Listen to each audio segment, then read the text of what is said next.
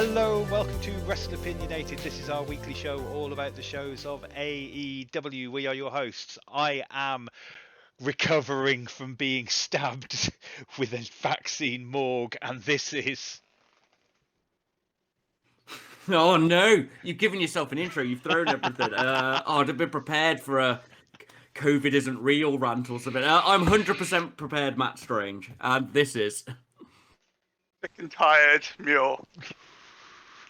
Are you sick and tired of being sick and tired? Yes, mate. He's had a rough day. He's been bitching about work. Rightfully so, by the sound of it, but you know. Yeah. Right. I just felt left out. How are you, I Morg? should actually have one of those little extra intros this week. I am aching everywhere from a jab I had on Saturday. Well, you know, they have to It's the mind nanobots. control. And this is Yeah. true. You know, you're suffering the mind control effect, mate. It's not your It's not going to help when COVID-20 comes out, is it? fault. You have When to they upgrade release the them. DLC. You have to upgrade. Oh, No, that's what I call Rona 2020. oh, God. Fucking year, is it? Jesus. All right. Oh. Hello, welcome to our wrestling podcast. We talk about wrestling. We've got a pay-per-view coming up with a full audience, apparently. Amazing. Coming up in a couple of Ooh, weeks. At last. It's Yeah. what we need. I hope it's got. Fucking hate. I hate hope it's got wrestling big, with no awful crowd. CG. Oh, I watched Backlash last night. Well, I watched Mate, why? Backlash before the show. Because Oscar Rhea You hate Ripley and yourself. Charlotte Flair, to be You just fair, hate yourself, which was Morg. good. A 20-odd Just watch women's Joshi's. match. Yeah. Wasn't Charlotte being Charles. controlled by COVID. controlled by COVID fucking vaccines. Elixir Bliss? Wasn't she like doing the Elixir Best What? head tilt and all this bollocks I read? I didn't notice that. She's being controlled by Alexa Bliss, I mate. wish they'd done that. That would have been awesome. I'm just so sick of it, bros. Anyway. When is Paige gonna do something? Hello. This might be the first time you listen to our podcast, and as such, you would need to know we have a tier list, which is how we give our scores overall for BTE, for Elevation, and for the individual matches and overall on Dynamite. We are still refusing to review Normal Dark until it goes back to being what it used to be, which was the Dark matches. More on that later.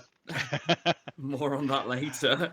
Mr. Strange, are you ready to explain the tier list? I am. It's a dull one because, as I said, I am 100% prepared this week. I do have news, though. Right, tier list. You know it. It's a ranking system. It comes from computer games. It's on YouTube channels. It's having a bit of a dive down again now, but we are one to ride that popularity until it comes back. We start with our lowest grade match. That's a D match. D match is a shitty match. You've not had a good time watching that match. Or maybe it's under 2 minutes long. More on that later. D matches are matches that we just could do without. From there, we rock up into a C. C is what we expect the average good match to be.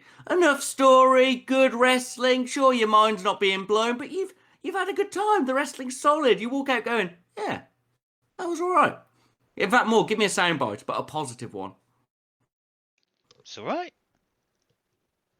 There we go. C rank match. It was good.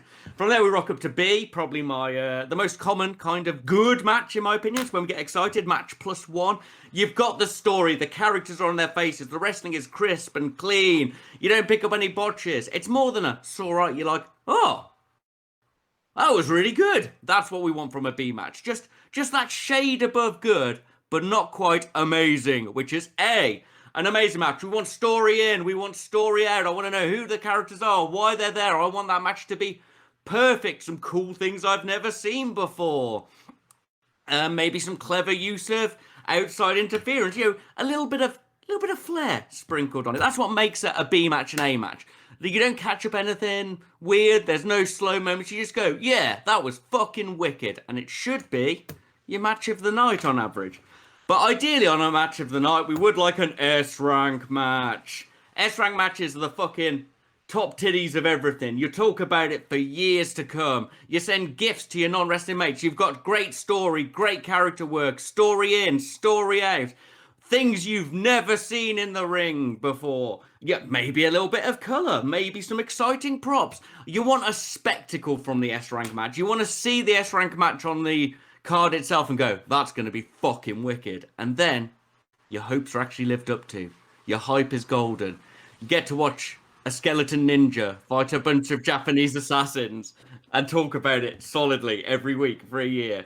That's what you need from an S-rank match. It's an experience. So D, shitty. C, good. B, match +1. A, awesome. S, oh, that was fucking dope. There we go.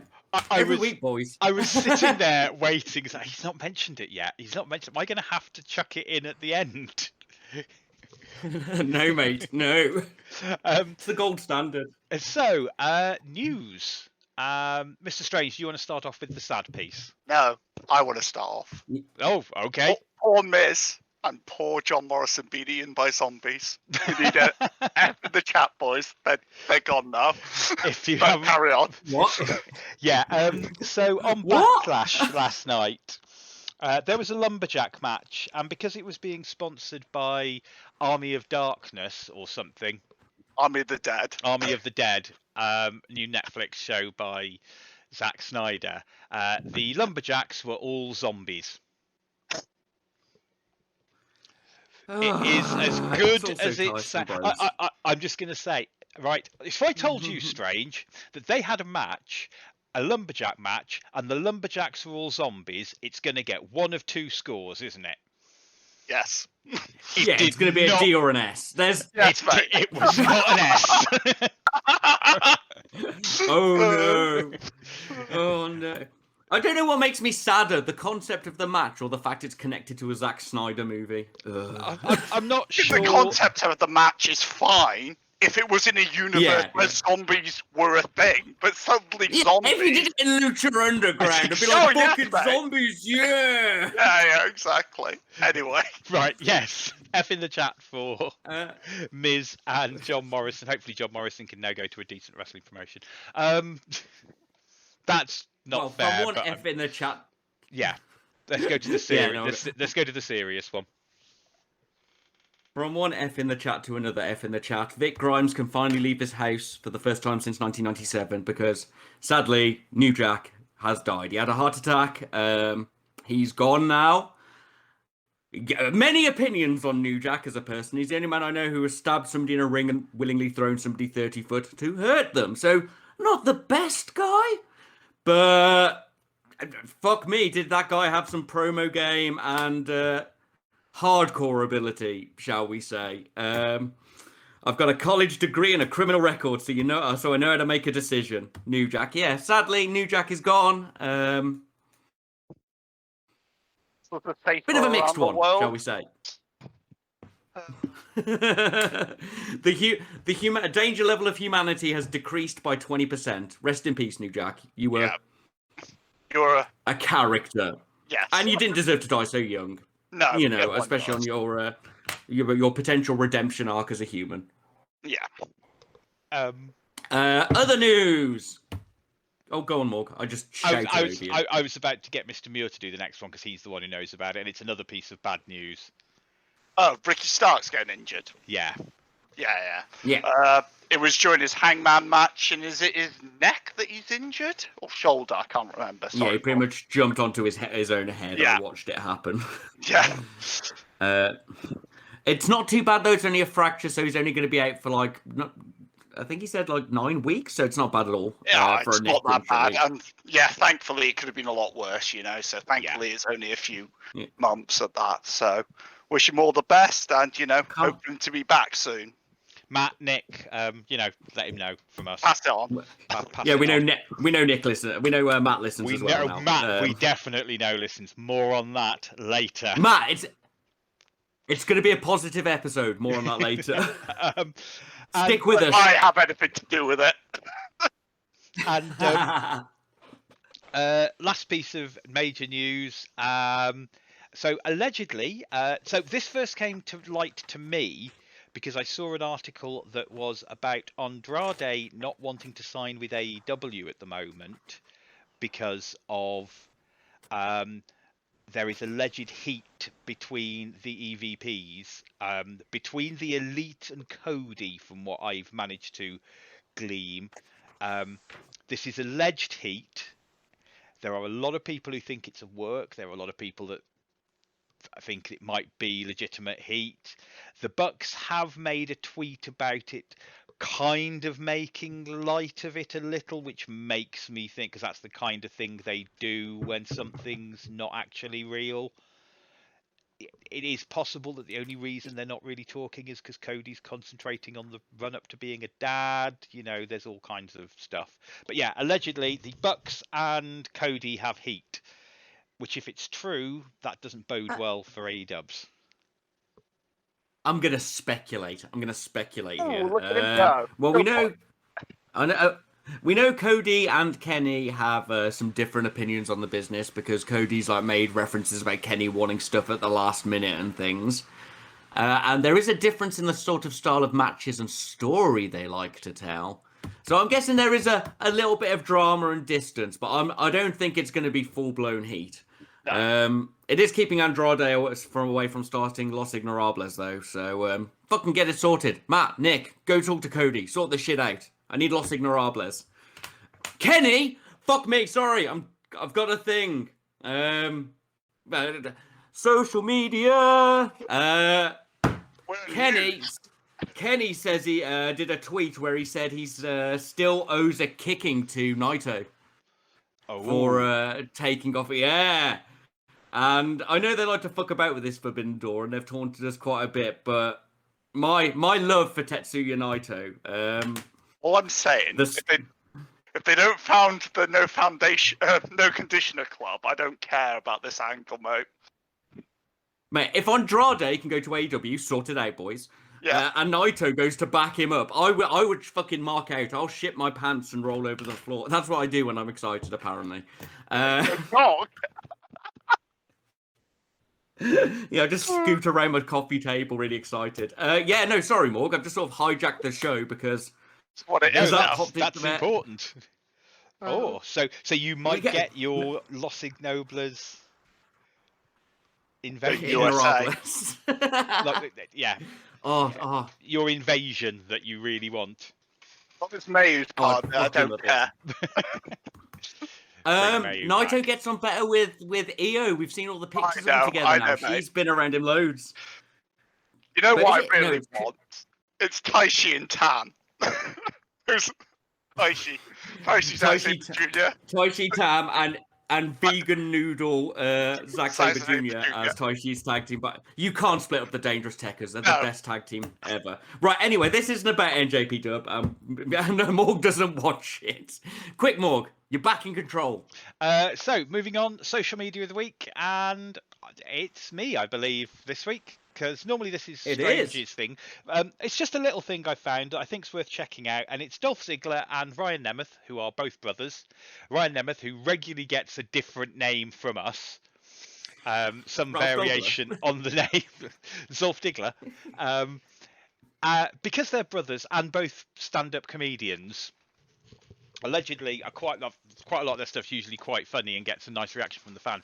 But they are constantly ribbing each other.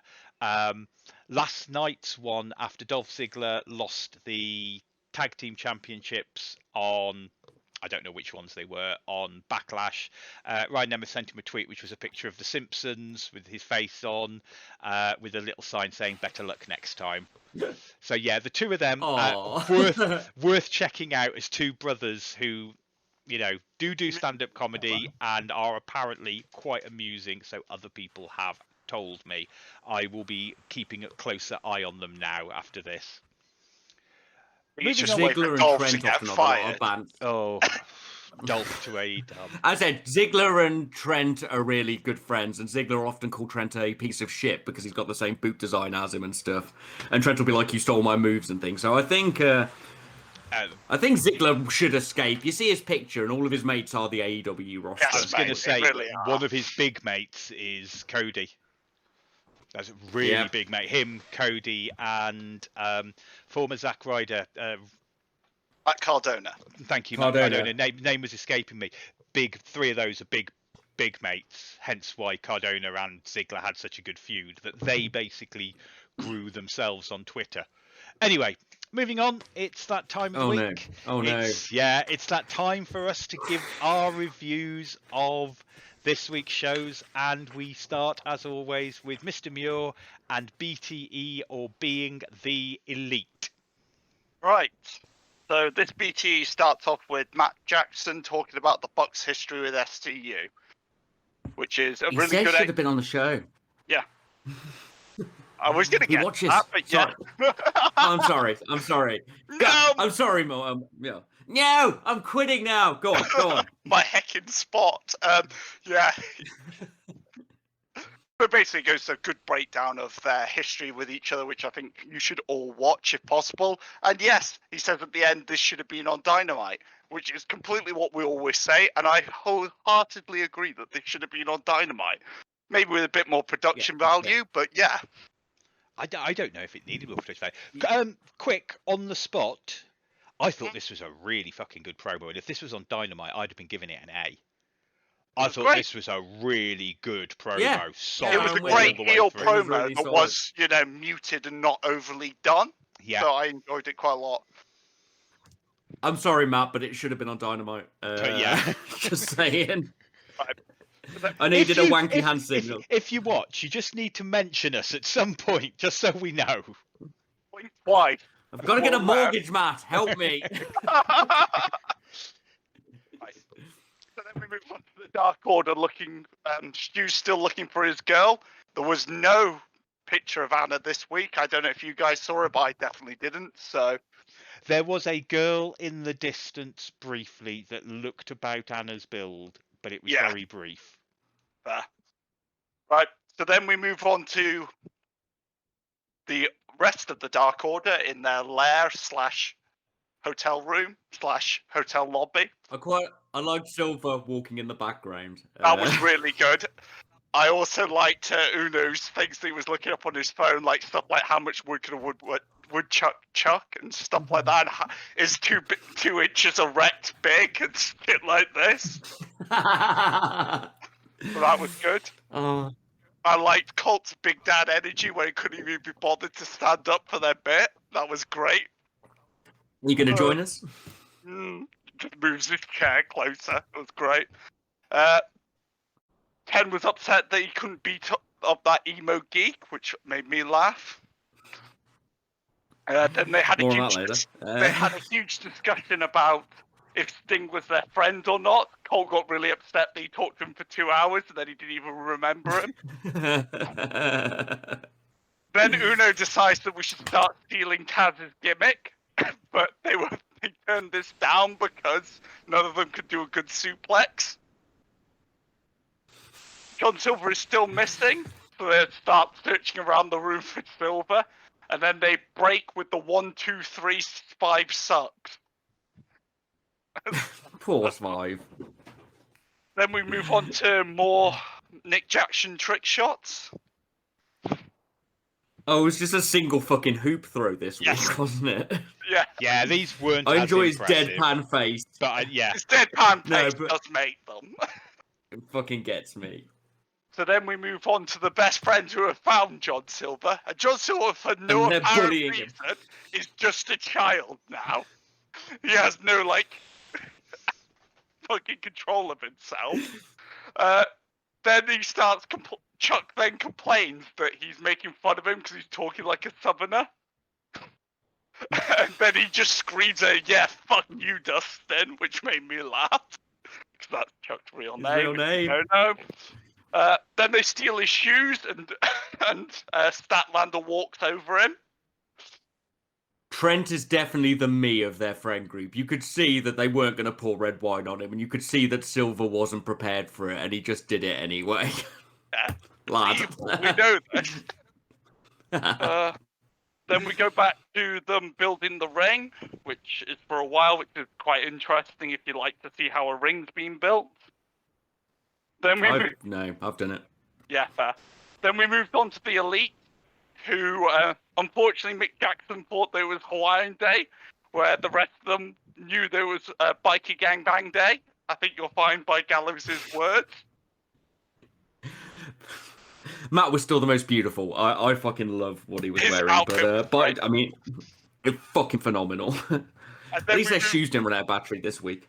That is true. And we also move on to the quote that I loved from Gallows was, I've already been in a filed biker gang gimmick on the other show, so follow my lead.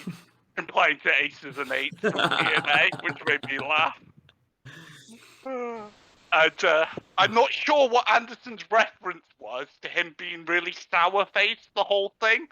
I didn't get that. No, Was don't that get Bully it. Ray reference? I'm not sure. Anyone Yeah. from LOL TNA days want to inform us, Morg? No idea on that. No, fair enough. Then we move on to Peter Avalon trying to hit on Maddie. I think it was, wasn't it? Yeah, it was. It was Maddie Rankowski. And he just strikes out instantly because he looks at Lever and she then makes a chance to escape. Why is Peter Avalon in all of the best storylines in AEW? Because he carries the show, mate. How does he do it, bros? How does he do it? He's wonderful. I love How him. does he look so ugly when he's just tidied up? He looks quite handsome. That's my favourite bit, when he gets that awful mustache and everything. But before, when he just used to be like normal man, not weird mustache man, he looked all right. But now he looks, as he does. Then He's just magical. He is. I love him. Then we move on to the Dark Order. Silver's back. He just wanders back into the scene. And he was just complaining that he was right behind them the whole time. But they were looking under. Moves on to more trick shots from Matt Jackson. And then we had a really good promo from Christopher Daniels in the counteract to the one for Matt Jackson at the start of the show, which probably also would have been good on Dynamite, if a bit long for Dynamite. Yeah, I found this one dragged a little bit. It was still good, don't get me wrong. It wasn't quite as good as Matt's, in my opinion. Good work, Matt. Yeah, it could have been clipped for 2 minutes and been a bit more punctuated, but yeah, it was good. Anybody else got anything to add to Is this that it? BTA? Yeah. Pretty entertaining BTE. Some good promo work that should have been on Dynamite. Well, yeah, they're making our joke now, so it's not as fun to make it. No. We've been bamboozled, boys. I quite like the best friends bullying John Silver. I think it could have been a little bit cleaner, but I love the idea of it. I love them being, especially if you watch the high spot stuff and some of the old Chikara things where Chuck and Kenny were bullies. Lovely little sort of comedy flashback to their old days. Yes, mate. When everything was more fun and free. Anyway, I think this was a B for BTE. I enjoyed this, and I wasn't bored while watching it, which is all I can ask for. That's always the thing, especially when it's a 20 minutes one. Yeah. Yeah, I think I agree. I didn't get tempted to skip forward. I watched it just before we did the show, actually, this week. I was a little bit behind on live viewing. And yeah, I wasn't tempted to skip forward because I was trying to watch it before the show. I watched everything and enjoyed it. So yeah, I agree. I think it was a B. It was solid. Now on to something I'm guessing isn't solid. So, Mr. Strange, now it's time to review... Hey, a section. Yep, and your section. What's called? What's it always been called? Well, we always call this Loving an Elevation. Sadly, I will not be calling it that today because I did not love this. We're back up to nearly 2 hours, boys. Nearly 2 hours of wrestling. And we open with possibly our most elevating match, would you believe? David Ali, who got an intro, who's 5-0, versus Lee Johnson, who's 4-1. I was actually like, oh, this is what we kind of wanted. I mean, I still knew Johnson was going to win, don't get me wrong, but pretty solid match, pretty elevating. Ali got a bunch of offensive, nice even show between the two, and then Lee Johnson picked up another win with a fisherman's neckbuster that Tony Schiavone called a Blue Thunder Bomb. Thanks. What more? But otherwise, yeah, what more? Good intro, like not the most mind-blowing of matches, don't get me wrong, but it was good. I felt David Ali was kind of evenly matched to Lee Johnson, who I also, we're seeing on the rise. But then it goes downhill.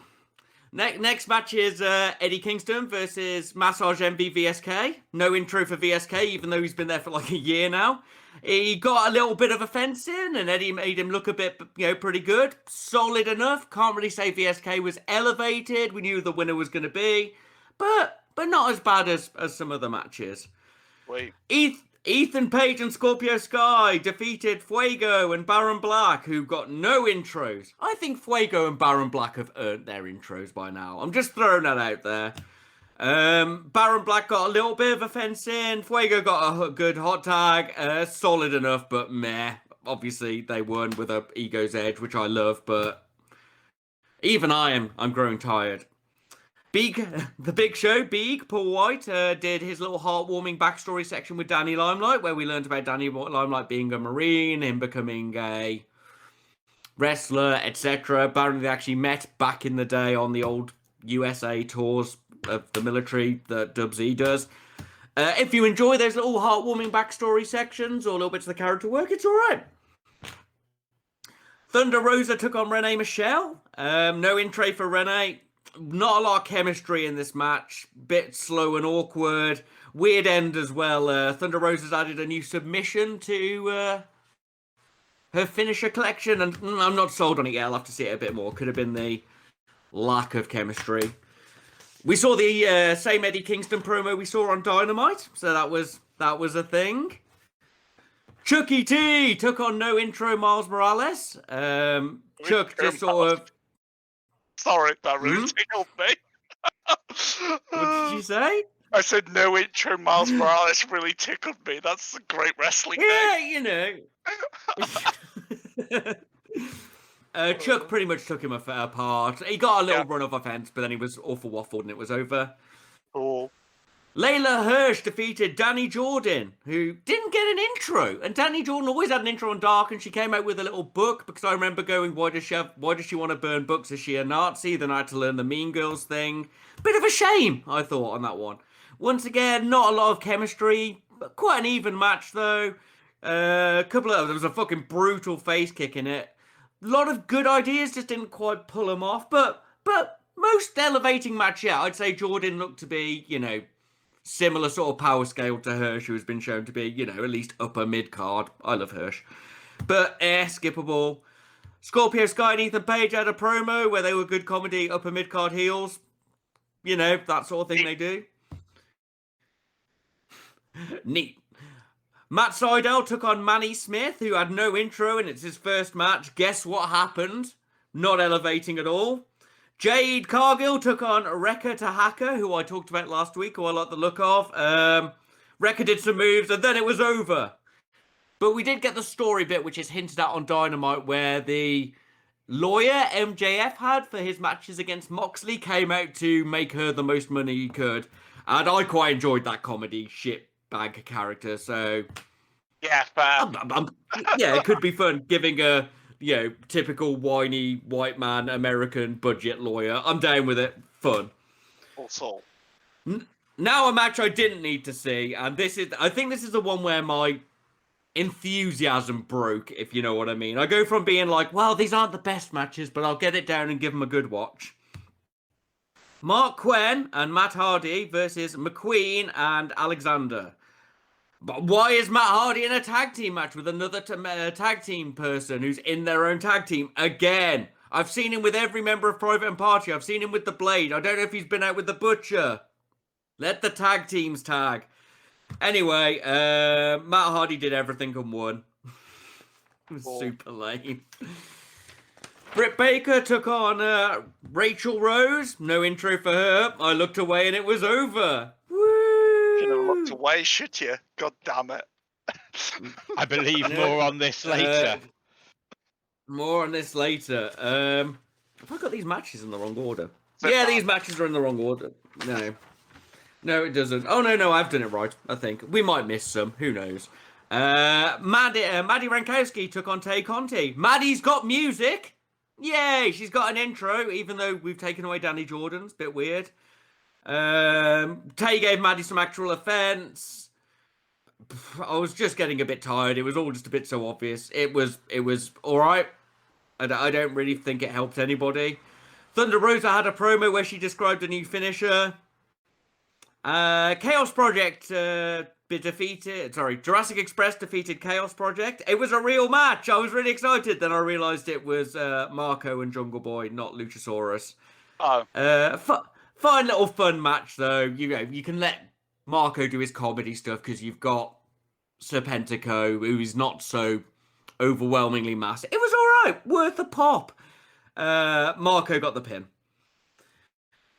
Then Asaya Cassidy, the other half of Private Party, who should have been in a tag match with his tag team partner, but instead his tag team partner was in a match with Matt Hardy, had a match against Reynolds of the Dark Order. Pretty solid match. Can't say I cared though. Reynolds won it. It was all right. There was a bit of double shenanigans. Then they had some dubsy-dub afterwards where Matt Hardy and his people beat up some of the Dark Order guys. Matt did his new super submission that I have to watch 3 times a week on Reynolds, and they made Silver watch. Then Colt got rid of them. I assume Silver's going to have a match to beat Matt Hardy. I don't know. There was some story there. I'll give it that. I'm just so tired of it all. And finally, Moxley took on Danny Limelight. Obviously, Moxley won. But solid, quite an even match. There wasn't that much chemistry. Moxley would have to pull off the turnbuckle paradigm shift to win. I would give that an overall C rank as a match on its own. This show was infinitely skippable. The only elevating ones I could probably say are the opener. I'm sure I said there was a second one. It might have been Maddie versus Ted. No. Yeah, it was. If you really, really, really like wrestling, it was fine. Most of it was really obvious. If you are somebody who already watches 3 hours of wrestling plus some other side things and a bunch of channels, just give it a skip. So, boys, who's watching Dark Elevation next week? I'll do regular Dark. I can't. I need a break. Who wants it? I don't. Or we just skipping it, and I'll give Dark. No, all right. We'll give Dark another run. We'll see if we'll Dark. Give Dark this next week. I miss Taz and Excalibur so much. Yeah. Give Dark the chance to redeem loves itself. Wrestling. Excalibur knows the names of moves. You know, you can ask for from a commentary team, isn't it? Really, let's be honest here, boy. Yeah. I can't say the wrestling was bad. It was just so obvious and so dull. Anyway, I'm being too negative. Let's go. Morg, take back over. Let's go from negativity to positivity. So, over to me, and it's time for Dynamite. Open as always, JR Excalibur and Shivani on commentary. And we open with Yuji Nagata versus Jon Moxley for the IWGP US Championship. Mox wins with the paradigm shift. What did you guys think of the match, and what scores did you give it? Can't believe Blue Justice didn't go over, boys. How good was Moxley coming out to Wild Thing? I properly had a fucking chuckle when he Wild Thing. I was like, yes. It's nice for wrestlers that actually come out to proper songs again. You know, that was such like an old school thing, and now it's like finally, because Big Money Khan's just buying it back.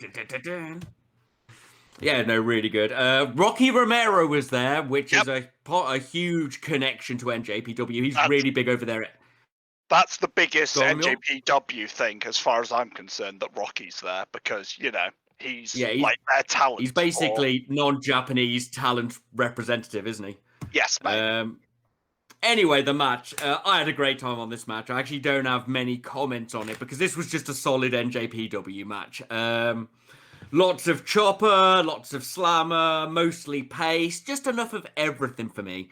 Enough few hardcore moves. Obviously, Mox has got most of the action because he's up against an old dude, but the NJPW loves its older wrestlers getting their matches and stuff. But as I said, very little to say because this was just a standard good NJPW match for me, and I gave this a solid B. I just wrestling +1 for me.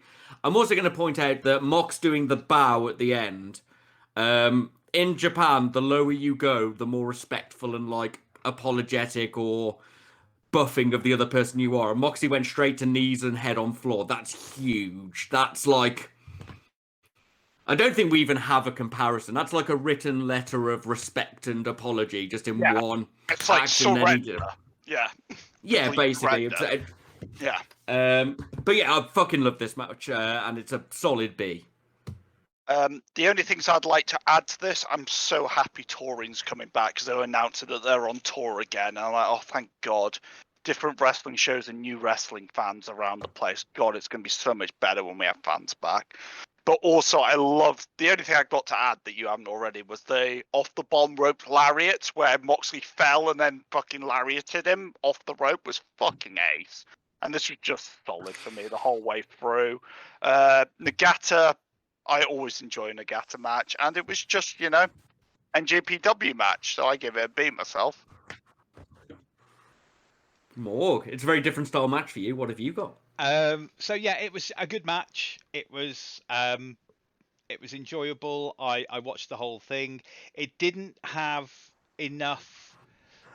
I don't think it had enough extra story in it for me to push it into that B.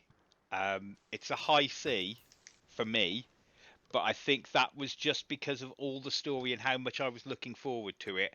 And I'm not sure if I didn't do that thing we do sometimes where I thought this was going to be an A of two people just absolutely leathering the crap out of each other. And it was probably actually a B of two people leveling the crap out of each other. But I ended up giving it a C because does that make sense? That thing we do sometimes. Yeah, where I got you. We're expecting a bit more. So yeah, I think I can agree with you guys. It probably was a B with the hindsight of chatting with you. At the time, I think I was just expecting that little bit more. Yeah, you got one of the old boys. Hopefully next time they'll bring over Satoshi so Nick can be excited. And, oh, Satoshi! Finally, some Bread Club action.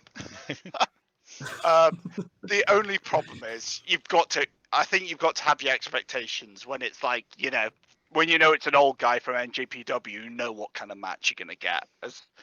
And you're not used to that, Morg. That's the only thing I can say. You wait till our slap man shows up. Yeah, I mean, to be honest, because it was an older guy, I really expected them to just leather the crap out of each other to a level. And, it was still good. Anyway, moving on from there, Inner Circle promo. Thoughts and scores? Oh, blessed Ortiz with some reason why Santana's away. Yeah, it was fine. Solid. Yeah, it was good enough. Yeah. I gave it a C also. I've got nothing really to say about it. Yeah, this happened. Yeah. Give us a rematch. Yeah. And more on that later. Following on from that, we have the Cody Rhodes announcement. Oh, no. Oh, no. Oh, God. Oh, no. Coming out dressed as a Beano school kid, Cody Rhodes. God, he goes through politics. I have to put up with enough of this shit just skimming through my Facebook feed, let alone this. Then it's USA versus UK. And Murica goes on for so fucking long. I'm gonna do something really cool and paradigm breaking. What's that? Gonna use my dad's name. Yeah, but this was really obvious. We knew from the moment you said you were gonna fight Anthony Ogogo, you were gonna call yourself the American Dream. Yeah. USA. Yeah, no, I hated it. This was long, boring, overly political. I don't really. As much as I've been cheering for Anthony Ogogo in a meme-esque way because he's wearing a Union flag and going, "Call Governor, I hate America," which does make me laugh.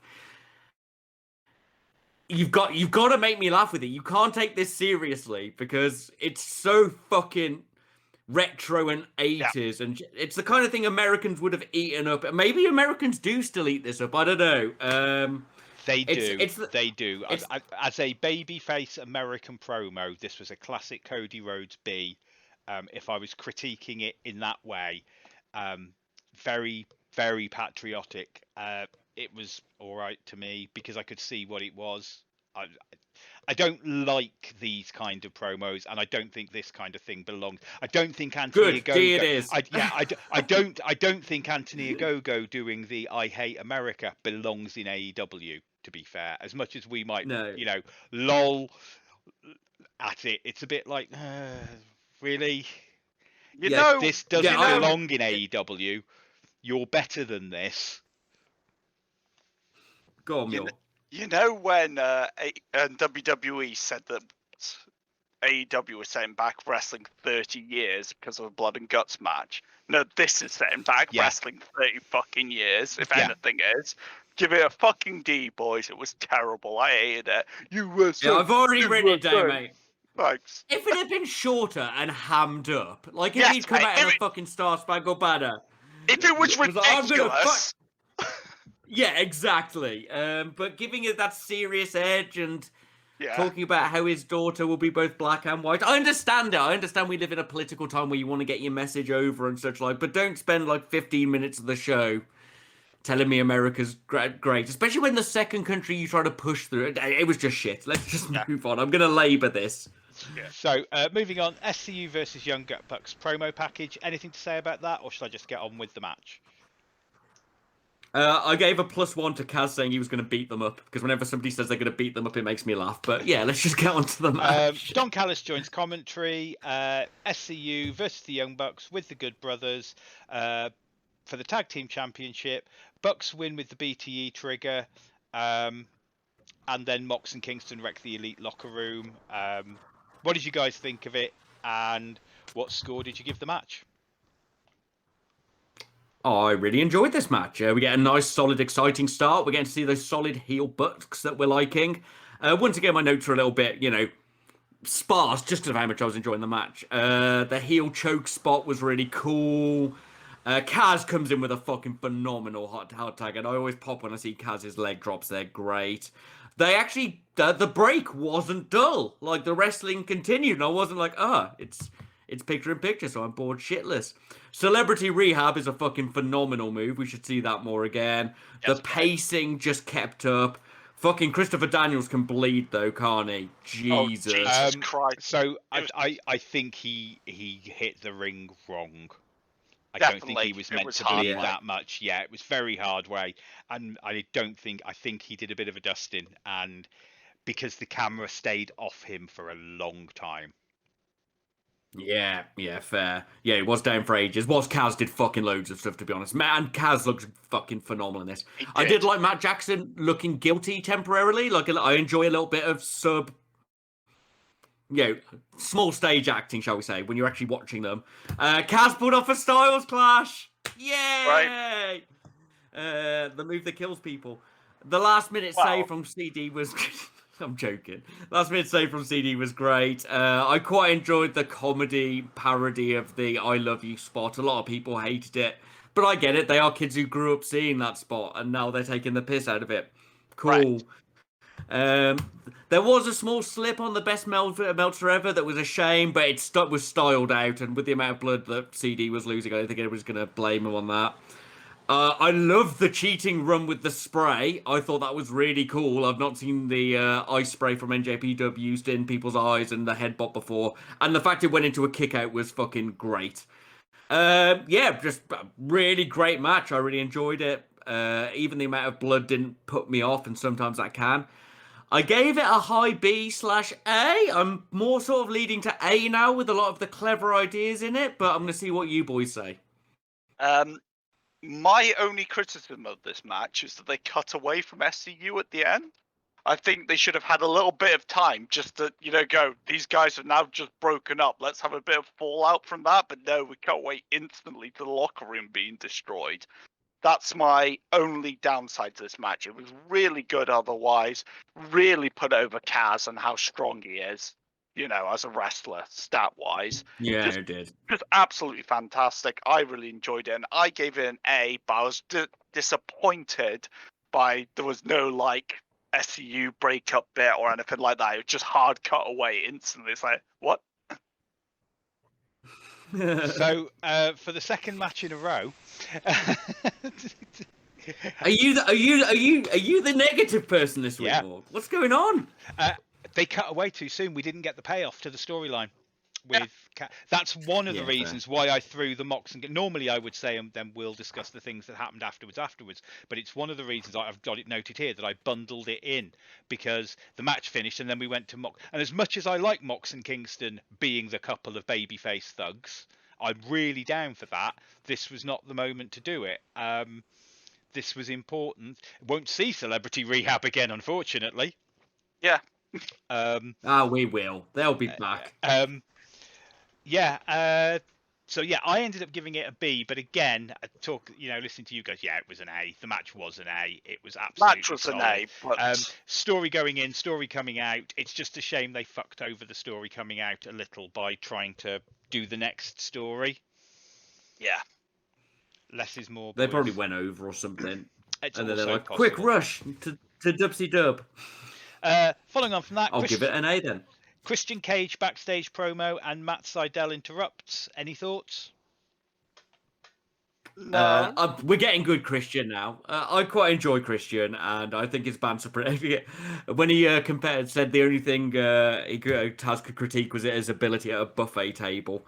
I think Christian is getting himself over. Sadly, Matt Sydal is one of the least badass promo people in the world. I'm sure he's lovely, but he's not very threatening, is he? And especially as he's a heel Buddhist. It's weird. I mean, we do have him in the real world, but I don't think a Tamil Tiger gimmick is going to get over. Yeah, no, it might. Yellow Turban Rebellion. That's some decent stories. Yeah, no, weird, skippable. Just like Christian and Taz need to bounce off each other. They're too good together as opponents, in my opinion. So moving on to go. Sorry, Muir, carry on. No, it's fine. I just don't care about Matt Sydal. I just don't care about him. I'm sorry, guys. I just don't care. Give him a manager. Give him a manager. Yes, correct. Give him Luther. Yes. I'm down with it, boys. I'm back in. So following on from that, Orange Cassidy versus Pac. Don Callis distracts Pac. Omega blindsides Pac with the belt, and we end up with a double count out. Difficult match to score. We'll go into that afterwards. What did you guys think of the match? And scores did you give it? Obviously, it's a bit of a hard one to deal with. Because, fucking hell. Okay, Orange Cassidy was knocked out, and that's why we got the weird finish. Horrific. Jesus, he just went down.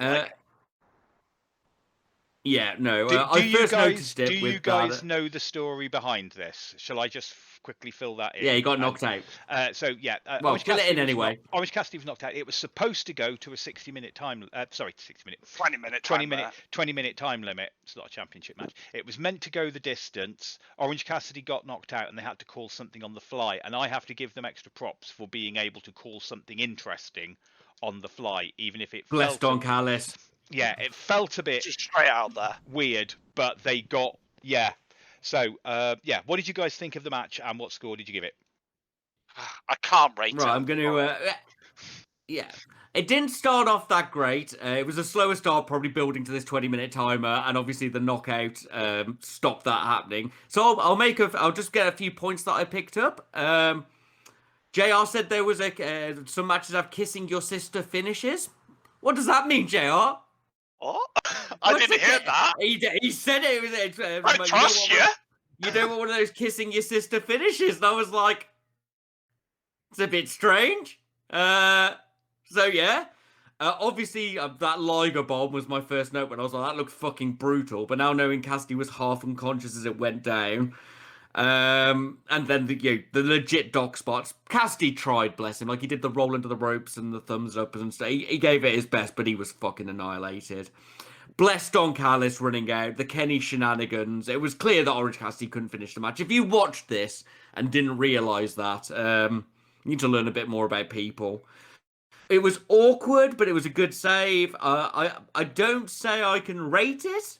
But I'm going to give it a C just to balance our ratings because I think it's a bit harsh to take points away from them for it. I did quite like Don Callis at the end going, heel turn on Kenny, heel turn on to make sure he went the right place though. Brilliant. That's my thoughts. I think Pac and Aubrey did the best they could with the situation they had until they got support out there. I'd like to give them props for that. Yeah. Pac was pretty quick on picking up that there was something wrong. Unfortunately, the spot that was straight after the knocking out was a Liger bomb. that was really unfortunate, but Pac did go, oh shit, there's something wrong instantly after it. So fair cop to him on the ball there. But, you know, what can you say, really? I just feel sorry for these guys because they were just at the build of the match where it got really good, and that happened. So, yeah, I'm going to give it a C for how well they coped with everything afterwards, but I just feel sorry for these two. For balancing the books. Yeah, exactly. I can't add anything else. They'll make it back up to us. I gave it a C for the so. I have a feeling they'll make it back up to us at the pay-per-view. Yeah, they definitely will. It'll be a triple threat with those three is going to be awesome. It's going to be so interesting, and it's going to be different. So, moving on from there, we had an Elite backstage segment. Any thoughts? This is where we praise the Lord. Solid promo, and I like the Varsity Blondes, and apparently they've added Julia Hart to their little repertoire now, so they've got like a team with a Whammons, which we always approve of. Does it feel to you, as people who mostly just watch Dynamite, that the Varsity Blondes are the #1 ranked tag team? No. Like, whenever they've been on the main show, they've mostly lost. Shit, yeah. Yeah, like I like the Varsity Blondes. Damn chair, you can take out Freezer. Yeah, kind of like that. If Yamcha wasn't in more episodes than the Varsity Blondes. Anyway, it was all solid enough. I'll give it a cheeky C. But can we get a buff on Matt? Buff the Varsity Blondes. I know you want to give them their private party match where you make people like them and stuff, and get them more super over. But maybe establish them a bit more first. Yeah. Please. But yeah, C, solid.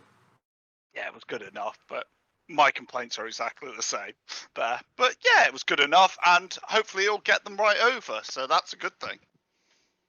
Yeah, I was shocked that it was the Varsity Blondes. I thought it was going to be somebody else. Moving on from there, quick Dark Order and Hangman promo. Thoughts?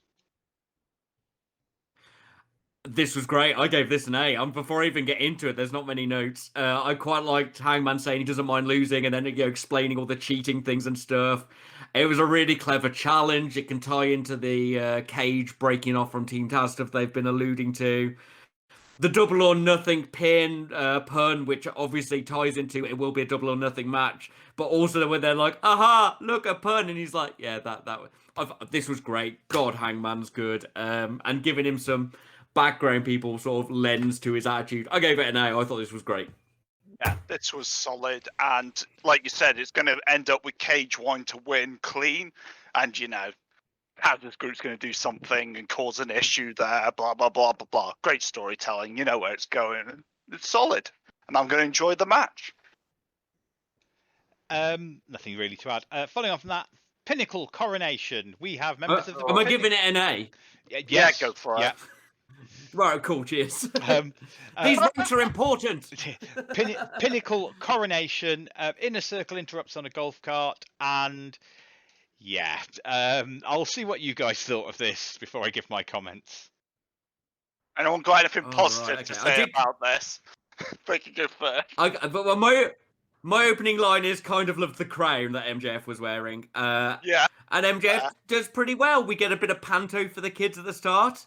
Then Tully comes out, and I was like, oh, Tully. And Tully had a bit of a bad muster, didn't he? Have a bad muster, mate. He was that guy. He's that guy that you let talk, and he said, he goes, I just want to talk about this. Yeah. Oh, no. And normally he's really good. Then the van pulled up, and I could see Jericho's cheeky little head sticking out between the seats. And I was like, ah. And then we got the old hose down from the 90s. Now, I will say I'm going to forgive 90% of this section solely because they're going to make Stadium Stampede a yearly thing. And if they can live up to the hype of the last one, and this is the Inner Circles thing, fucking great. The last Stadium Stampede was phenomenal, let's be honest. It was one of my favourite matches, so yeah. Shouldn't have put the breakup clause in my opinion, because it just makes me think that they're going to win more. Yeah, fair. Because they've got to redeem themselves. But yeah, long, rambly. We got. I don't know how to rank it, boys. I'm going to listen to you guys shit on it. Go. It's just so blah for me. It was like 10 minutes.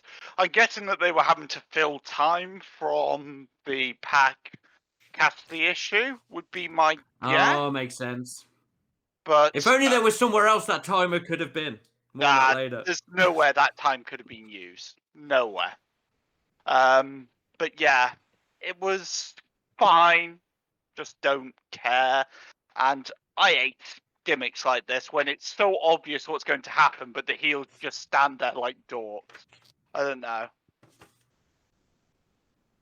Are we giving it a D, boys? Morg, go on. I don't think it was a D. I think it was wrestling. It was wrestling bollocks. It's very wrestling. Yeah.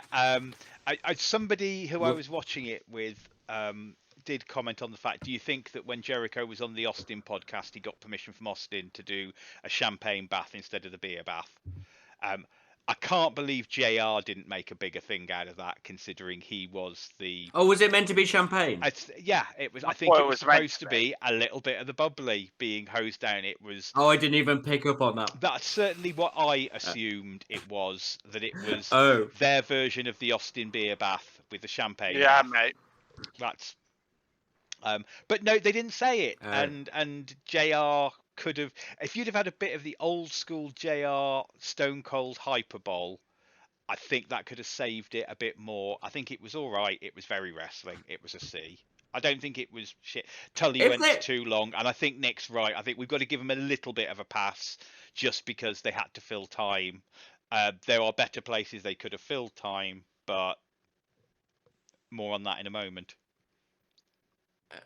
Champagne. Why didn't he get? Why wasn't there a witty one-liner of like, whatever, you just need a bit of the bubbly? You know, some fucking shitty Arnie line declaring get a bit of the bubbly before they spread. I didn't even notice it was. It was on the side of the car, but yeah. All right, it gets a passable C. It should have been more ridiculous, in my opinion. It gets a C, but it's a low C. Yeah, all right, I'm with you. I've given it. It's got a cheeky little minus. After that, Britt Baker interview. These are important. Any thoughts? God, she's great. How her opinions on her has changed. Not the most exciting section of the show, but Britt's really good. I can't wait for her to be champ. She's going to be a great heel champ. Yeah. Didn't rate her. Solid heel. Neil's dead. No, I said yeah. I said yeah, it's fine. Yeah, fine.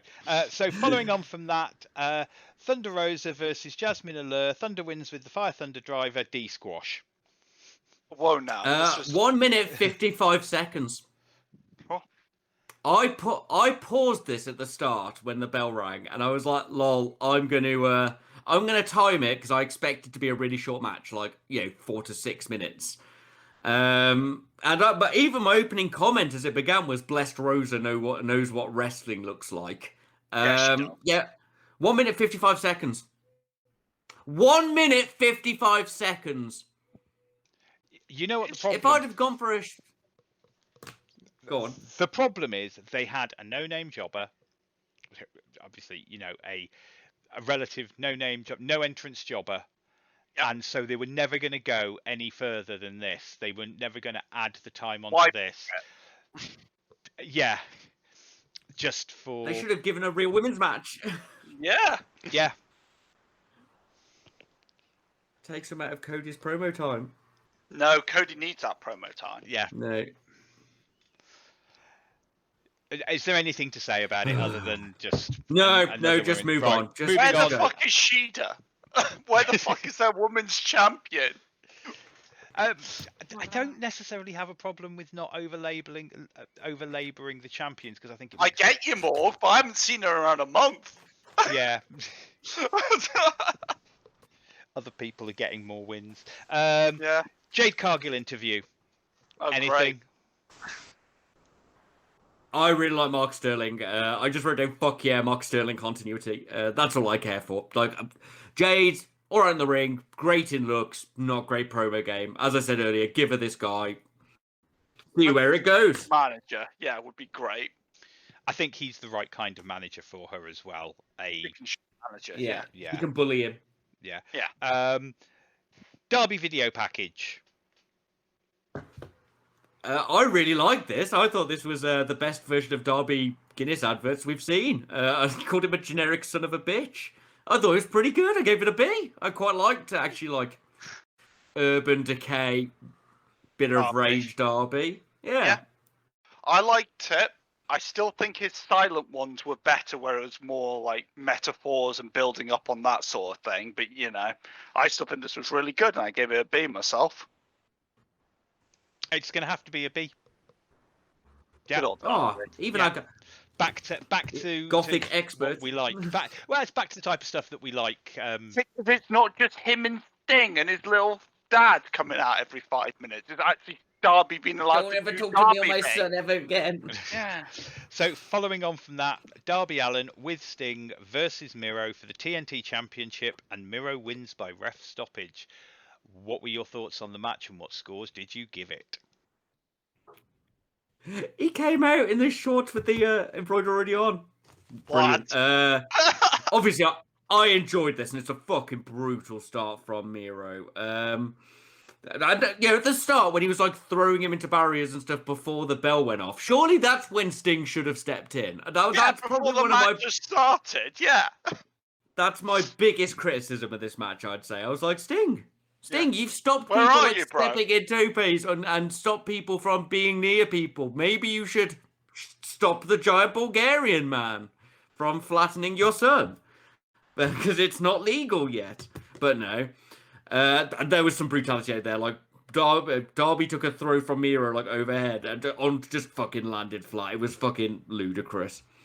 Then we get a bit of a hot comeback from Darby, and he pulled off probably my new favourite gif of wrestling. He cannonballed between those ropes on one tope that he hit Miro in a ball and literally bounced about 6 foot off him. Once again, I don't actually have much play-by-play because I was just fucking into this. It just went on. One, yeah. Then obviously Team Ego come and beat up Sting. I don't think this match needed it, but I do quite like them running off like children giggling to themselves. It made me laugh. Did miss a bit of ring time though. We were a little bit of lacking in wrestling, and it slowed down for the break, but Miro kept looking beastly. He did a couple of overhead gut wrench things on Darby that looked fucking brutal. Got proper brawly for a bit. I liked Darby trying to suffocate him and grabbing his nose as well on the outside of the ring. I thought that was really close, and then he was just fucking hurled into the wall. That was ludicrous. We get the taking the tape off of injuries, which I always like. I think that's a nice show of how actually you're hurting them. And we got a bunch of limb work from both of them, which is just really cool. The rope leg slam thing from Miro looked a bit harsh to me, and there's no way you can bounce that. And I thought that was pretty fucking brutal, but great. The rope bounce, counter slam, counter cutter was awesome. The overhead throw land into a great high-speed sequence. It was just really solid. There was even a Code Red / Destroyer that I thought worked really well with the momentum. And then he was just fucking out. Great finishing sequence. Really good match in my opinion. And I gave it an A. Yeah, I don't have much to say about this because I just enjoyed the match and it was really good and I highly recommend watching it. Yeah, if Miro hadn't won this, I think, I would have been tired of AEW, to be honest, because there's only so much I can believe. And when a man that's like 300 pounds comes out against a man that's like 150 wet, there's only so much I can believe. And it was just really solid. This is exactly what I want from a Derby match. Like, I'm happy if Derby had won this through shenanigans, but, I wouldn't want him to win it clean. And I think it was a good match. I think it was a solid A from me. Morg, you're a babyface fan. Well, it's going to be an A. I thought it was just all right. It was. It didn't. It felt like a good monster heel squash match. Yeah.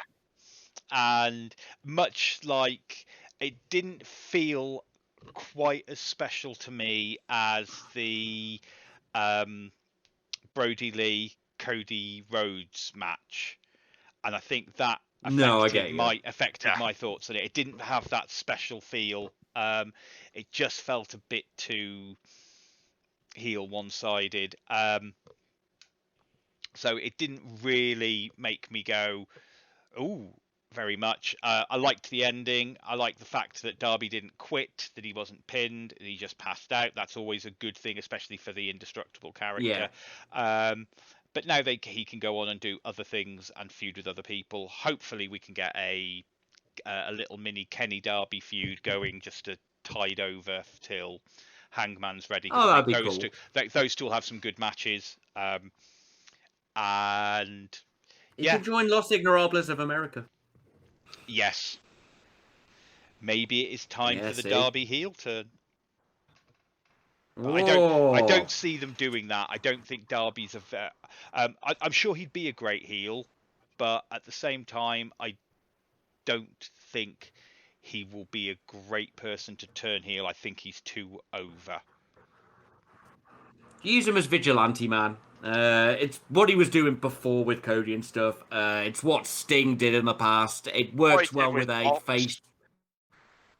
Yeah, exactly. Face with a heel skin, you know what I mean? Works really well. Yeah. So there you have it. Morg's gone. That's our review of the week. Mr. Strange, through the power of letter maths. Well, we got a big bank of C's, a couple of D's, a couple of B's, and a couple of A's. But I think I left this show mostly positive. I think, despite the incredibly underwhelming women's match and the Cody Rhodes Murica promo, I think we got a lot of good, solid entertainment. We got a lot of good, solid storyline work in and out. So I'm going to allow this to round up to a full, solid B. I would say it was episode +1 for overall experience and advancement of the setting of AEW. Yeah, I think I agree with that. I think it felt like a B show. Back on form, which is the nice thing. Yeah, exactly. Like Thank you. Well, to promote to a pay-per-view as well, because they got a lot of like little, this is what's going to happen at this pay-per-view sort of things in, which I thought was good. Yeah, exactly. Yeah. I think I might start actually watching Elevation before I watch Dynamite, just so I leave on a more positive note, as opposed to getting up, watching Elevation, coming to this show, and be like, "Well, wrestling shit, boys." Wrestling's really good. I love it. You're not doing Elevation next week. You get to have Taz and Excalibur bless back. Taz and Excalibur. So they've got so much fans. I'm afraid it's another short show this week. We don't have an interesting discussion. We haven't come up with anything new and exciting. Mainly just going to be the reviews this week. Hopefully back to normal surface will be resumed next week, as we will be starting to gear up ready for the pay-per-view. I want to thank Anchor.fm for hosting the podcast. You can find us Wrestleopinionated on Anchor.fm, Spotify and YouTube. Mr. Muir. Thank you very much for turning up and listening. It's always a pleasure. And if you'd like to send anything in, or questions or discussions you'd like us to discuss, or whatever, please send them in to wrestleopinionated@gmail.com, WrestleOP on Facebook, or WrestleOP1 on Twitter. Over to you, Strange. Did you enjoy the show? I bet you did. I bet you're still listening now, right at the very end, and you haven't clicked stop. Because you've enjoyed it so much, why not give us a little like? Give us a share. Give us a subscribe. Hit all the other little bell and button thingers that mean you like this. Go on. Do it. If we get rich enough, Matt Jackson, Nick Jackson, who else listens? Matt Jackson, Nick Jackson, Shad. One, tell Eddie Kingston hi, we met once. And two, click that like button, share this, make us big, rich and famous so I can retire to continue my life of doing nothing. So yeah, thank you very much for listening. Do everything you can to help support us. Back to you, Morg. So all that's left to be said is goodbye and good night.